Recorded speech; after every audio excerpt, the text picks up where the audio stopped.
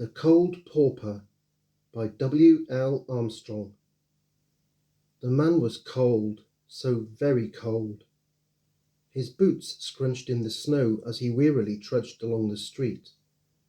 The soles had gaps in them, so his feet were always wet. His scruffy coat was so worn out that the thin material gave virtually no protection from the bitter wind. He couldn't afford to put the heating on in the shabby, small cellar room he lived in. So it was like an icebox during most of the year, and he had great difficulty getting any sleep. And now, as he struggled slowly through the ice, his eyes were so bleary from fatigue that he could hardly see where he was going. He earned very little money from his job, but that wasn't the root cause of his suffering. He had spent a vast amount of his meagre wage on buying a bottle of champagne in the local pub for each person who did a good deed for another human being.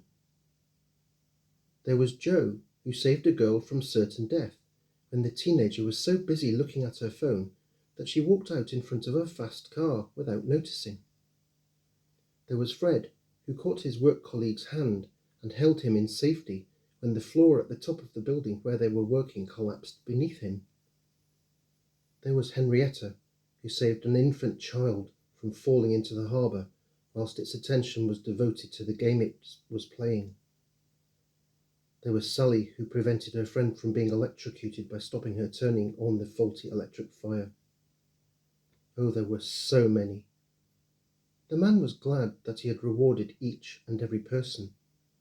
Yet he was so cold in this dreadful, long, dark winter.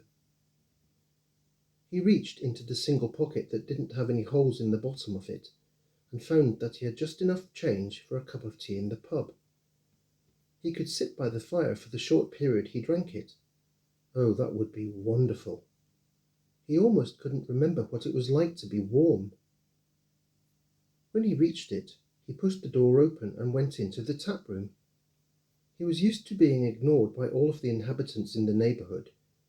He thought it was because of his soiled, dirty, ragged appearance, but he was deeply upset when the busy room went quiet as he entered, all of the other customers ignoring him.